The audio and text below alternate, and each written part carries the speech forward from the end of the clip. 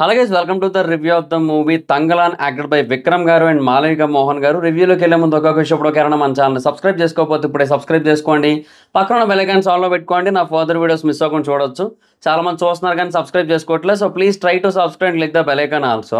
Hello guys, మీరు ఇప్పుడు సంపాదిస్తున్న దానికంటే ఎక్కువ ఇన్కమ్ని సంపాదించాలనుకుంటున్నారా? అయితే మీకున్న బెస్ట్ ఆప్షన్ స్టాక్ మార్కెట్లో ఇన్వెస్ట్ చేయడం.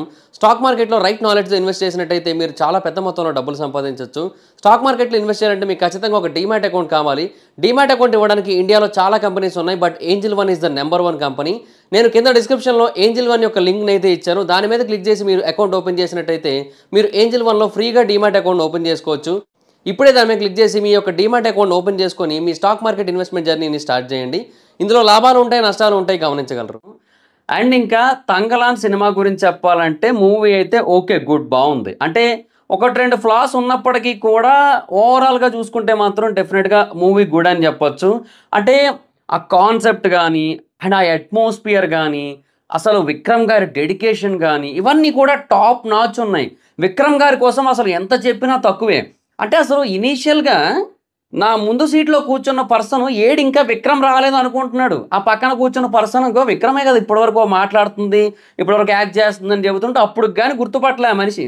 అంటే ఆ లెవెల్ ఆఫ్ మేక్ ఓవర్ ఉందన్నమాట.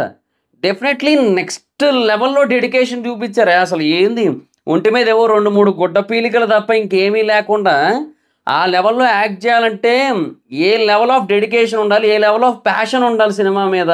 సో డెఫినెట్గా నెక్స్ట్ లెవెల్లో ఉంది ఆయన సైడ్ నుంచి పర్ఫార్మెన్స్ కానీ.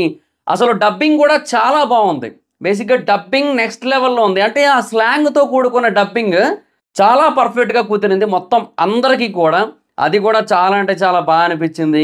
అండ్ ఆ విలేజ్ నేటివిటీ ఏదైతే ఉందో దాన్ని చాలా బాగా కనెక్ట్ చేస్తూ ఉంటుంది, అది కూడా బాగా అనిపించింది.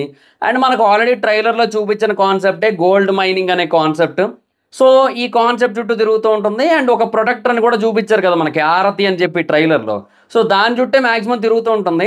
బట్ క్లైమాక్స్కి వచ్చేసరికి ఒక ట్విస్ట్ కూడా ఉంది. అయితే ఈ గ్యాప్లో కొన్ని సిచ్యువేషన్స్ అవుతూ ఉంటాయి. ఆ సిచ్యువేషన్స్కి రీజన్ ఏంటి అనేది లాస్ట్లో రివీల్ చేసిన ఆ ట్విస్ట్ని బట్టి మనకు ఒక క్లారిటీ అయితే వస్తుంది. బట్ డెఫినెట్గా అక్కడ ఇంకొంచెం బెటర్గా ఎక్స్ప్లెయిన్ చేసి ఉండొచ్చు దాన్ని. అక్కడ ఏంటంటే కొంచెం క్లారిటీ పూర్తిగా ఇవ్వలేదు. అంటే మిస్ చేశారని చెప్పట్లేదు, బట్ పూర్తి స్థాయిలో క్లారిటీ ఇవ్వలేదు.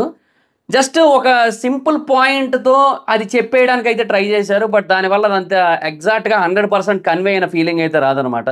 సో అదొక పాయింట్ అయితే ఉంది. అండ్ మధ్యలో కొన్ని సీన్స్ కొంచెం స్లోగా వెళ్తున్న ఫీల్ వస్తూ ఉంటుంది. సో అది కూడా కొంచెం అక్కడక్కడ అంటే రెగ్యులర్ టెంప్లెట్లు అయితే వెళ్ళదు, స్టోరీ అయితే కొంచెం డిఫరెంట్గానే వెళ్తుంది. అండ్ ఇది రియల్ కేజీఎఫ్ అని కూడా చెప్పొచ్చు. ఎందుకంటే లాస్ట్లో సినిమా అంతా అయిపోయిన తర్వాత మనకి కోలార్ గోల్డ్ ఫీల్డ్స్లో ఒకప్పటి కాలం నాటి మైనింగ్ టెక్నిక్స్కి సంబంధించిన ఇమేజెస్ని, అప్పటి కాలం వాళ్ళు ఎలా వాటిని మైన్ చేసేవారనే వాటికి సంబంధించిన ఇమేజెస్ని వాటన్నీ కూడా చూపించారు. సో ఆ కేజీఎఫ్లోని ఆ మైనింగ్ కాన్సెప్ట్ని తీసుకొని దాని బేసిస్ మీద ఒక స్టోరీ క్రియేట్ చేసుకొని, ఒక ప్రొటెక్టరు ఇలా కూడా ఒక స్టోరీ క్రియేట్ చేసుకొని దాంట్లో ఒక ట్విస్ట్ పెట్టుకొని తీసిన సినిమా ఇది.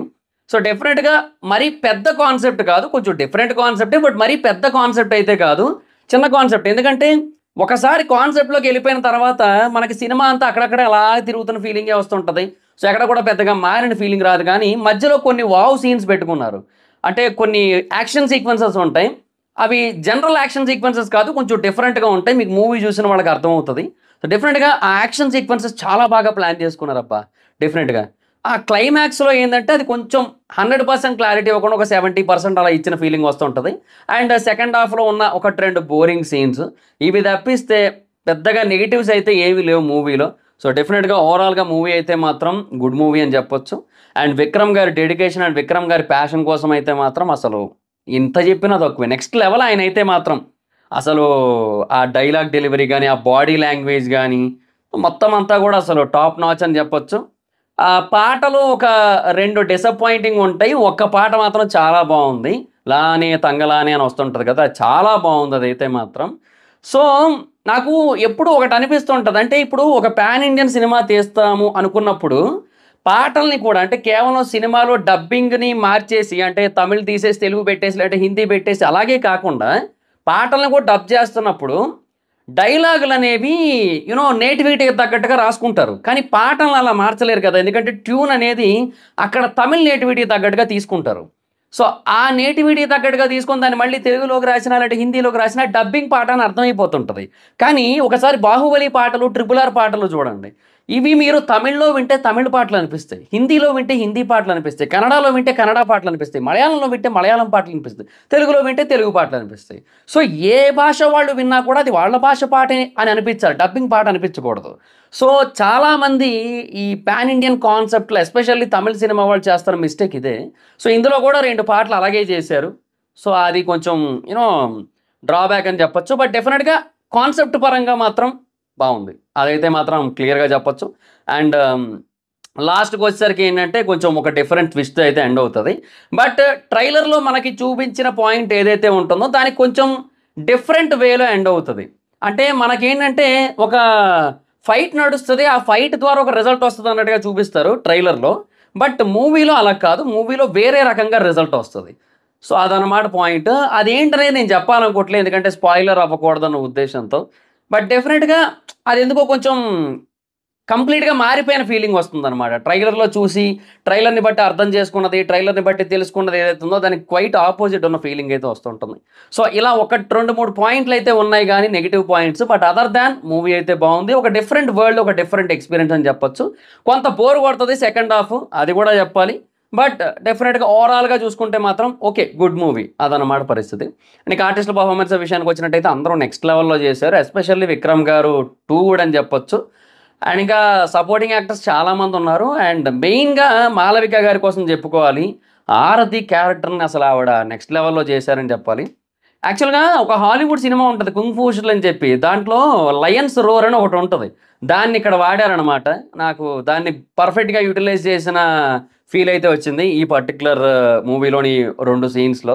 సో చాలా బాగా అనిపించింది అది కూడా. సో ఆవిడ సైడ్ నుంచి కానీ, మిగతా ఆర్టిస్టుల సైడ్ నుంచి కానీ 100% బెస్ట్ అవుట్‌పుట్ వచ్చిందని చెప్పొచ్చు. అండ్ ఇక డైరెక్టర్ పి. రంజిత్ గారి విషయానికి వచ్చినట్టయితే ఆయన మంచి కాన్సెప్ట్ తీసుకున్నారు. స్టోరీని బానే హ్యాండిల్ చేశారు. మధ్య మధ్యలో ఇంకా కొంచెం డ్రాగ్ అయినప్పటికీ కూడా, కొంత ల్యాగ్ అయిన ఫీలింగ్ వచ్చినప్పటికీ కూడా ఇంకా అది కథకు అవసరం అన్నట్టే ఉంటది. So bore కొడతది. బట్ తర్వాత సీన్స్‌కి అది అవసరం. ఇంకా అంతే అది సిట్యుయేషన్. బట్ డెఫినిట్‌గా ఆ పోర్షన్ బోర్ కొడతది. సో 100% డైరెక్టర్ ఫాల్ట్ అనలేము ఆ పాయింట్‌లో. సో అందువల్ల డైరెక్షన్ కూడా ఓకే. గుడ్ అని చెప్పొచ్చు. అండ్ ఇక సాంగ్స్ అండ్ బీజీఎం విషయానికి వచ్చినట్టయితే 'జీవి ప్రకాష్' యాక్చువల్‌గా సాంగ్స్ చెప్పాను కదా 3 పాటలు ఉంటాయి. 'లానే తంగలానే' చాలా బాగుంది. మిగతా 2 పాటలు అంతేమి లేవు. అవి తమిళ్ డబ్ అని తెలిసిపోతుంది. సో అది ప్రాబ్లమ్. అలా కాకుండా మన నేటివిటీ తగ్గట్టు ఉంటే బాగున్నేమో అనిపించింది. అంటే ఆ ట్యూన్ ఏదైతే ప్రిపేర్ చేసుకుంటారో అది అన్ని ప్రాంతాల వాళ్ళకి కూడా వినసొంపుగా ఉండి అన్ని ప్రాంతాల వాళ్ళు ఓన్ చేసుకునేటట్టు ఉండాలనేది నా పాయింట్. ఆ 2 పాటలు అలా లేవు. అండ్ ఇక బీజీఎం విషయానికి వచ్చినట్టయితే బీజీఎం ఓకే. పర్లేదు బానే ఉంది. మరీ ఎక్స్ట్రాడినరీగా లేదు. మరీ తీసి పారేసేది కాదు. 'జీవి ప్రకాష్' ఆబ్వియస్లీ కొన్ని మంచి బీజీఎమ్స్ ఇస్తారు కదా! సో అలా ఉంది. కొన్ని సీన్స్ ఫ్లాట్‌గా ఉంటాయి. సో ఓవరాల్‌గా బీజీఎం అయితే ఓకే అని చెప్పొచ్చు. సో ఓవరాల్‌గా మూవీ అయితే మాత్రం ఓకే. Good movie. సో సోది లేకుండా ఒక ముక్కలో ఈ మూవీ గురించి చెప్పాలంటే ఈ సినిమా నిధి అన్వేషణతో మొదలవుతది. కానీ బేసిక్‌గా విజయాన్ని కూడా అన్వేషించింది. అండ్ ఆ విజయాన్ని కూడా పొందిందనే చెప్పాలి బాక్స్ ఆఫీస్ దగ్గర. సో అదనమాట పరిస్థితి. ఓవరాల్‌గా it's a good movie. So ఈ మూవీకి జనరల్ మూవీ రేటింగ్స్ ప్రకారంగా నేను ఇచ్చే రేటింగ్ అయితే I will give 3.6 out of 5. So that's it guys. This is the review. Video కనుక మీకు నచ్చినట్టయితే లైక్ చేయండి, వీడియో షేర్ చేయండి. ఇప్పటికే ఎవరైనా మన ఛానల్ని సబ్స్క్రైబ్ చేసుకోకపోతే ఇప్పుడే సబ్స్క్రైబ్ చేసుకోండి. పక్కన ఉన్న బెల్ ఐకాన్ ఆల్లో పెట్టుకోండి. నా ఫర్దర్ వీడియోస్ మిస్ అవ్వకుండా చూడొచ్చు. చాలా మంది చూస్తున్నారు కానీ సబ్స్క్రైబ్ చేసుకోవట్లేదు. So please try to subscribe, click the bell icon also. నా ఇన్స్టాగ్రామ్ ఐడి జబర్దస్త్ మైతర్, మెక్క కూడా వచ్చినట్టు ఫాలో అవ్వచ్చు. Thank you so much guys. Bye. Meet next video. Bye by.